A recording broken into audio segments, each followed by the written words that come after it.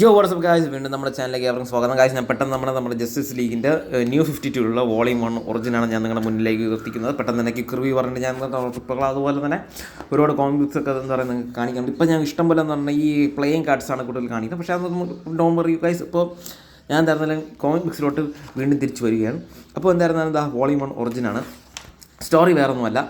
Story എന്ന് പറഞ്ഞാൽ വളരെ വളരെ ലളിതമായിട്ടുള്ള സ്റ്റോറിയാണ്. നമ്മുടെ ഈ ജസ്റ്റിസ് ലീഗല്ല, നമ്മുടെ ഈ അനിമേറ്റഡ് സീരീസിൽ 2014 തൊട്ട് ഒരു കിടിലം ജസ്റ്റിസ് ലീഗിൻ്റെ ഒരു അനിമേറ്റഡ് സീരീസ് നിങ്ങൾക്ക് എല്ലാവർക്കും ഓർമ്മ. ഫ്ലാഷ് പോയിൻ്റ് കഴിഞ്ഞിട്ട് ജസ്റ്റിസ് ലീഗ് വാറാണ് തോന്നുന്നത്.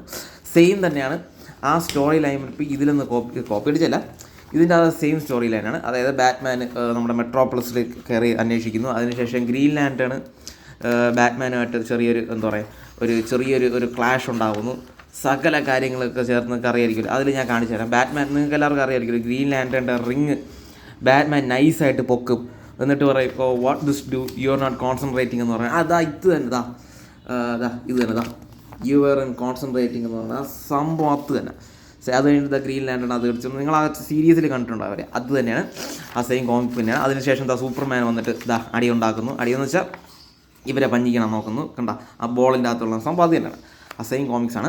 പക്ഷേ ഇതിൻ്റെ അകത്ത് കുറച്ച് കൂടുതലും കൂടെ ഉണ്ട്. ത്രോൺ ഓഫ് അറ്റ്ലാന്റിസിൻ്റെ അതുകൊണ്ട്, അത് കഴിഞ്ഞിട്ട് നമ്മുടെ ഡാർക്ക് സൈഡിൻ്റെ വാറുണ്ടല്ലോ അതുമുണ്ട്. പിന്നെ ടീൻ ടൈറ്റൻസിൻ്റെ ഒരു ലൈനപ്പും കൂടെ ഉണ്ട് ഇതിൻ്റെ അകത്ത്. കോമിക്സ് എന്ന് പറഞ്ഞപ്പോൾ വലിയൊരു സ്റ്റോറി ആയിരിക്കുമല്ലോ. സിനിമയെന്ന് പറഞ്ഞപ്പോൾ നമുക്ക്, അല്ലെങ്കിൽ ഒരു അനിമേറ്റഡ് സീരീസ് എന്ന് പറഞ്ഞാൽ അതെല്ലാം ഇൻക്ലൂഡ് ചെയ്യാൻ പറ്റത്തില്ലല്ലോ.